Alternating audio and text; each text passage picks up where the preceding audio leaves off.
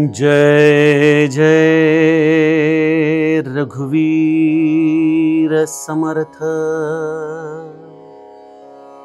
मना वासना चुकवी येर झारा, मना कामना सांडिरे द्रव्यदारा, मना यातना थोर हे गर्भवासी, मना सज्जना भेटवी राघवासी। जय जय रघुवीर समर्थ। श्रोता वक्ता श्रीराम समर्थ। जय जय रघुवीर समर्थ।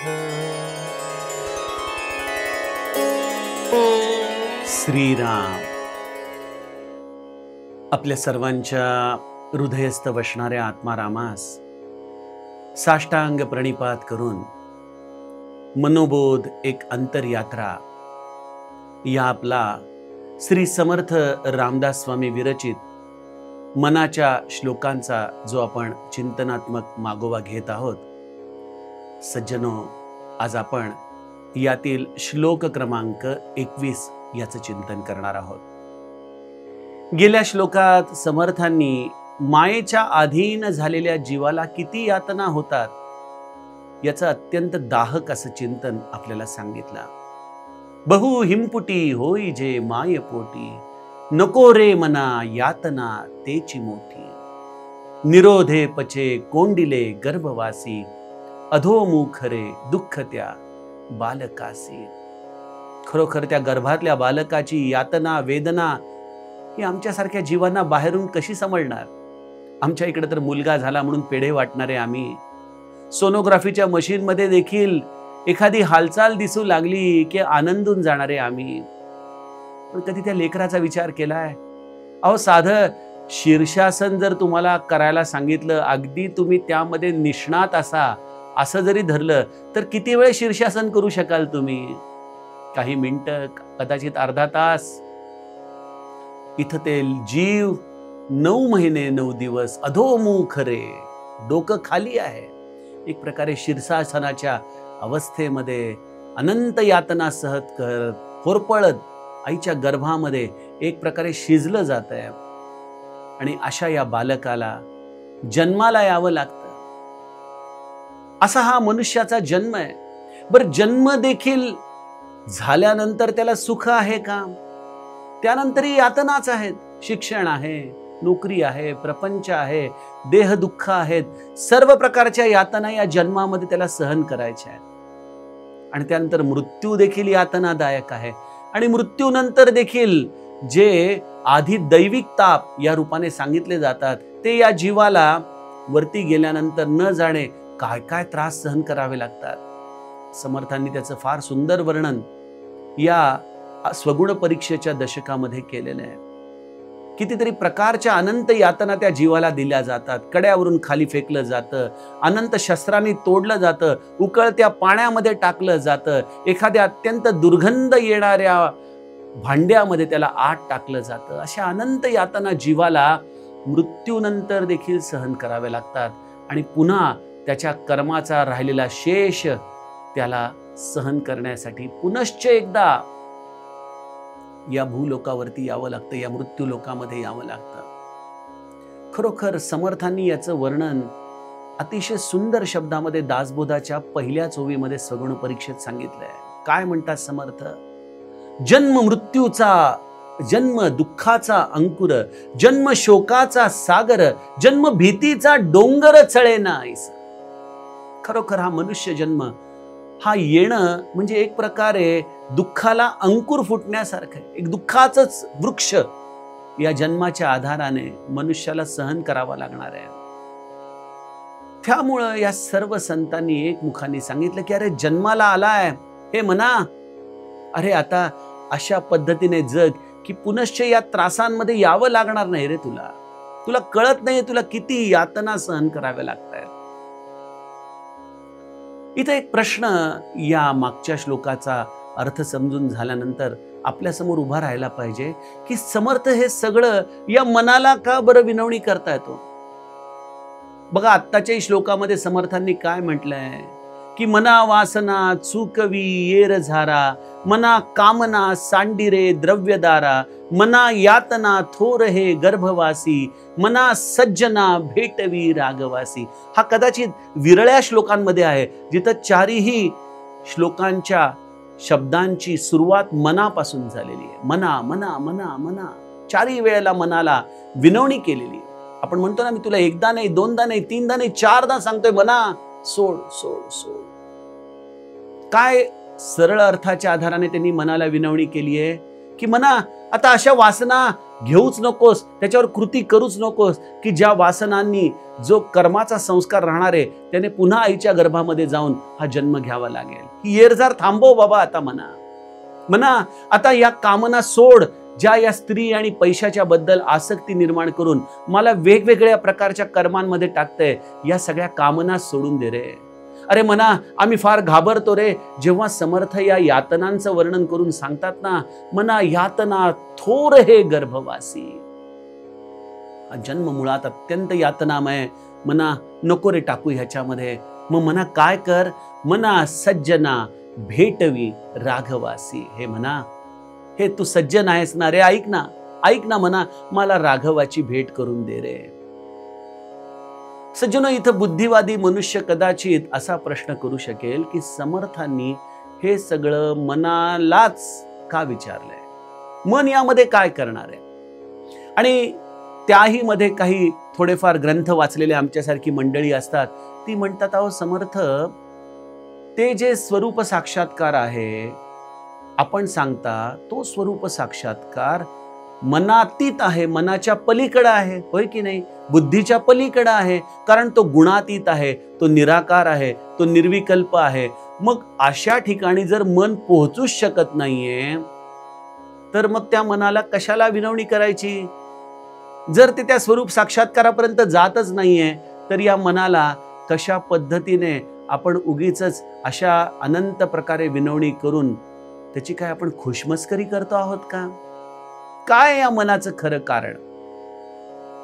मला सज्जनो यामध्ये ना भारताने जे मंगळयान सोडलं होतं ना त्याचं उदाहरण आपल्याला द्यावंसं वाटतं. बघा, ते मंगळयान जेव्हा या पृथ्वीवरून निघालं तेव्हा अजस्त्र होतं, कदाचित कित्येक मीटर उंच, 70-80 मीटर उंच, एवढं प्रचंड मोठं ते यान होतं. ते यान जेव्हा पृथ्वीच्या गुरुत्वाकर्षणाच्या बाहेर पडायला लागलं ना तेव्हा त्यातला बहुतांश मोठा हिस्सा हा तुटून खाली पडला आणि वातावरणामध्ये जळून खाक झाला.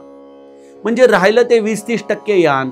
ते जोरात त्या मंगळाच्या दिशेने निघालं. एका टप्प्यावरती त्याच्यातला राहिलेला अर्धा भाग देखील जळाला, निघून गेला आणि छोटं यान राहिलं. छोटं यान मंगळापर्यंत पोहोचूस तर एकत्र होतं. जेव्हा ते मंगळाच्या अगदी जवळ आलं तेव्हा त्याच्यातला राहिलेला अर्धा भाग देखील निघून गेला आणि एक छोटीशी कॅप्सूल राहिली. बरं, ती कॅप्सूल देखील अगदी मंगळाच्या जवळ गेली आणि ती देखील उघडली आणि त्यामधून एक मोठा गोळा, चेंडू मंगळावरती पडला आणि तो गोळा देखील एका टप्प्यावर फुटला आणि त्यातून एक गाडी रोबोनी चालणारी या मंगळावरती उतरली आणि ती गाडी या मंगळावरचं विश्लेषण करू लागली. हे आपण वैज्ञानिक दृष्टीने अनेक जण जाणता. मला सांगायचा गोष्ट अशी आहे की मन देखील स्थूल रूपाने या देहाच्या आधाराने राहताना एक स्थूलात्मक मन आहे.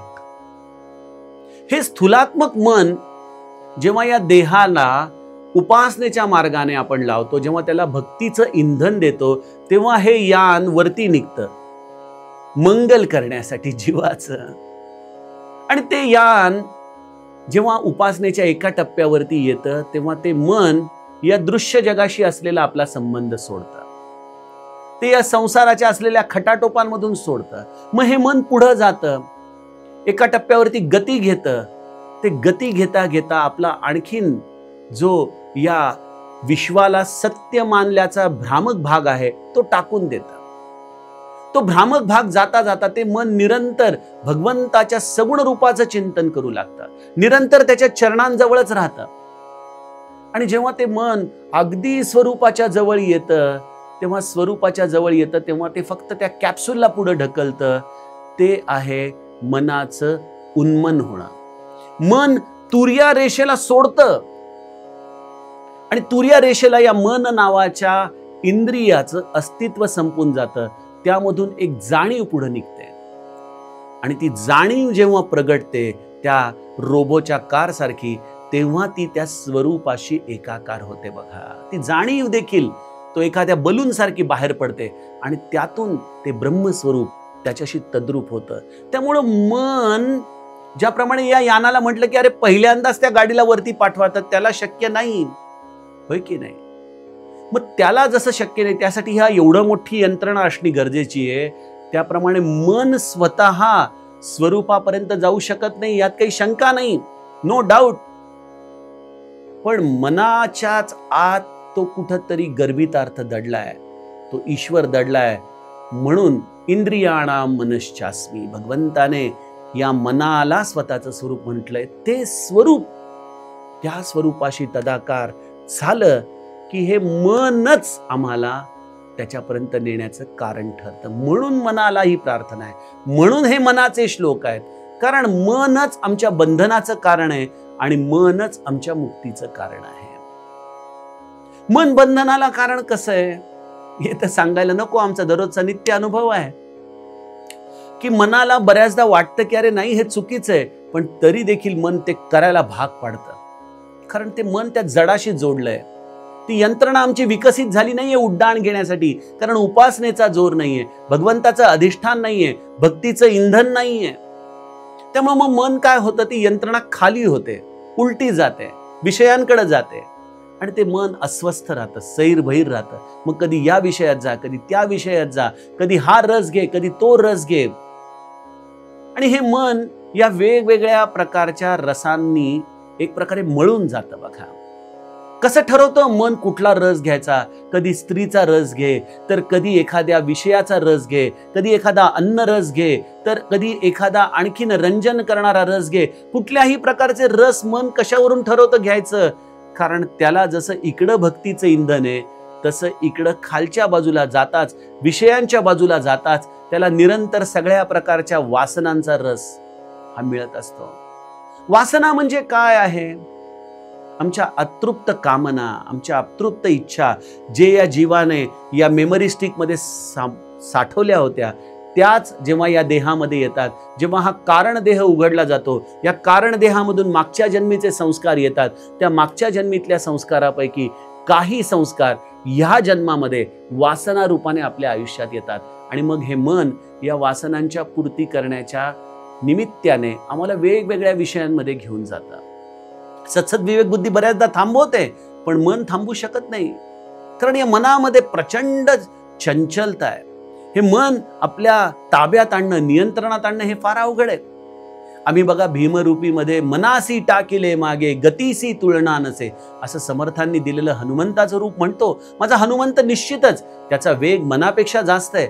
आत्ता मनाने मी इथं बसून क्षण काय त्याच्यापेक्षा कितीतरी कमी वेळात अमेरिकेत पोहोचू शकतो, पण माझा हनुमंत त्याच्याही पेक्षा आधी अमेरिकेत पोहोचू शकतो. हे समजायला फार अवघड आहे खरं, कारण तो सगळीकडेच पसरलेला आहे. वायू आज इथं आहे, अमेरिकेतले लोक वायूवर जगत नाहीत का? तो पवनपुत्र आहे ना, तो प्राण आहे ना सगळ्यांचा, त्यामुळे तो सगळीकडेच आहे. त्यामुळे त्याला ह्याच्यापेक्षा देखील कमी वेळ लागतो. हा एक त्याचा अर्थ झाला. पण दुसरा मला गुरुकृपेने मनासी टाकिले मागे गतीसी तुलना दिसे नसे याचा एक अर्थ असा तुम्हाला सांगावासा वाटतो की ज्याने आपल्या मनाला आपल्या मागे टाकलं, म्हणजे अर्थात मनावरती पूर्ण नियंत्रण आणलं, त्याच्या गतीची, त्याच्या सद्गतीची तुलना कशाशी करता येत नाही. आणि हनुमंतानी ते केलं की त्याने आपल्या मनाला मनोजयम, तो मनावरती विजय मिळवणार आहे. हनुमंताची उपासना का करायची? या मनाला नियंत्रणाखाली आणण्यासाठी, की मना तू निरंतर राम नाम घे, सीताराम सीतारामचं भजन कर. आणि आमचा हनुमंत देखील प्रसन्न कधी होणार? जेव्हा त्याला या भक्तीचं इंधन, उपासनेचं अधिष्ठान मिळेल तेव्हाच हनुमंत प्रसन्न होणार. हनुमंत प्रसन्न होईल तेव्हाच हे मनाचं यान वरती उड्डाण करणार, होय की नाही? त्यामुळं समर्थांनी या मनाला अतिशय विनवणी केलेली आहे की मना वासना सुखवी येर झारा. अरे मना, या वासनांच्या नादी लागून तू हे मला कशाला निरंतर जन्म मरणाच्या चक्रात घालतोयस रे? अरे आता बस झालं, खूप झालं, खूप यातना सहन झाल्या बाबा, आता थांबव. मना निरंतर त्या भक्ती रसामध्ये राहण्यासाठी स्थिर होणार आहे. आणि मना हा प्रपंच मांडलाय ठीक आहे, पण मना कामना सांडी रे द्रव्यदारा. निरंतर बसलोय स्वस्त तरी विचार तोच करायचा, मुलांचं काय, पैशाचं काय, स्त्रीचं काय, हे काय, ते काय, प्रपंच काय, एवढाच विचार करत राहायचा आणि असंच मरायचं मना. अरे मना, याने माझी सद्गती कधी होणार? कधी मी ते उड्डाण करणार? कधी देहबुद्धीचं हे गुरुत्वाकर्षण पार करणार? कधी ते निरंतर मी त्या मंगळाच्या दिशेने जो अनंत लांब पसरलेला आहे त्याच्यापर्यंत जाणार? कधी त्या माझ्या मनाचं उन्मन होणार आणि कधी त्या मनामधली जाणीव खाली उतरणार आणि त्या जाणीवामधून कधी तुझं स्वरूप त्याच्याशी तदाकार होणार? मना हे कधी होणार एवढं सगळं रे? केवढा मोठा प्रवास आहे हा. मना आता नको असं करू. अरे ह्या तुझ्या प्रवासामध्ये निरंतर खंड पडत असल्यामुळे मला पुन्हा पुन्हा परत यावं लागतंय, पुन्हा पुन्हा जन्म घ्यावा लागतोय. मना यातना थोर हे गर्भवासी. आणि मना ही यातना केवळ तू अनुभवली नाही असं तर म्हणू शकत नाही ना. बघा, मन नावाची गोष्ट आहे ती केवळ मला आहे का हो? नाही, ती जशी मला आहे तशी या चराचरातल्या प्रत्येकाला आहे. बघा, मन, आपण एखाद्या मुंग्यांच्या चाललेल्या रेषेकडे जर कधी बघाल तर दोन मुंग्या एकमेकांशी काहीतरी बोलतात आणि पुढे निघून जातात. त्यांच्यामध्येही काहीतरी जाणीव आहे, मन आहे, एकमेकांशी काहीतरी संवाद करतायत. मी तर म्हणतो मन हे जड पाषाणाला देखील आहे. मी कालच कुठला तरी मोबाईलवर पॉडकास्ट बघत होतो आणि त्यामध्ये आपल्या मनाची फ्रिक्वेन्सी त्या वस्तूच्या फ्रिक्वेन्सीशी आपण मॅच केली की आपल्याशी ती वस्तू बोलू लागते, असा एक सिद्धांत एक कोणीतरी वैज्ञानिक दृष्टिकोनातून समजावून सांगत होता. अगदी खरं आहे. आपलं मन जर आपण तेवढं सूक्ष्म केलं तर एखाद्या जड गोष्टीमधलं देखील आपल्याला आवर्तन ऐकू येऊ शकेल. आणि त्यामुळेच श्री महाराज गोंदवल्याला जेव्हा रामासमोर भजन करायचे तेव्हा पाषाणाची ही मूर्ती आमच्यासारख्या लोकांसाठी, पण तो राजा राम महाराजांसाठी जिवंत व्हायचा. हातातला धनुष्य बाण सोडून महाराजांच्या आनंदामध्ये सामील व्हायचा, महाराजांच्या दुःखामध्ये या पाषाणाला अश्रूंचा बाण फुटायचा. हे सगळं होतं कारण त्या पाषाणाला देखील मन आहे. आज आमचंच हृदय इतकं पाषाण रूप झालंय की आम्हाला दुसऱ्याच्या मनात काय चाललंय हे देखील कळत नाही, त्याला कशाचं दुःख हे देखील कळू शकत नाही. पण सज्जनो, मन हे सगळ्यांमध्ये आहे. आणि जसं ते पाषाणामध्ये आहे, आज माझ्यामध्ये आहे, तसंच आईच्या गर्भात असताना हे मन त्या बालकामध्ये देखील होतं. आणि ते मन त्यावेळेला ते देखील दुःख सहन करत होतं. म्हणून समर्थ म्हणतात, मना यातना थोर हे गर्भवासी. मना आठव, आठव त्या गर्भवासामध्ये आपल्याला किती त्रास झाला रे. या सगळ्या त्रासाला स्मरण कर मना. आणि आता एकच कर, एकच निश्चय कर. मी जाणतो तू फार चंचल आहेस, निरंतर तुझ्या मनामध्ये संकल्प विकल्प चालू असतात, ते आता सगळे सोड. आणि आता मना, जसं ज्ञानेश्वरीमध्ये माऊली म्हणते की मन आणि बुद्धीचा संयोग झाला पाहिजे. जसं बुद्धी निश्चयात्मक आहे त्याप्रमाणे मन निश्चयात्मक झालं पाहिजे. आणि मनाला त्यांनी सांगितलं पाहिजे की मना आता तू एकच कर, मना सज्जना भेटवी राघवासी. आता मना निश्चयात्मक रीतीने आपण त्या पुरुषोत्तमाची, त्या रामाची निश्चित भेट घेऊयात, हा संकल्प करूयात आणि या सगळ्या यातनांमधून सुटूयात. सज्जनो, हाच समर्थांच्या श्लोकाचा गूढार्थ गुरुकृपेने उमगला. आपण आता उद्याच्या सत्रामध्ये पुढील श्लोकाचं चिंतन बघूया. जानकी जीवन स्मरण, जय जय राम.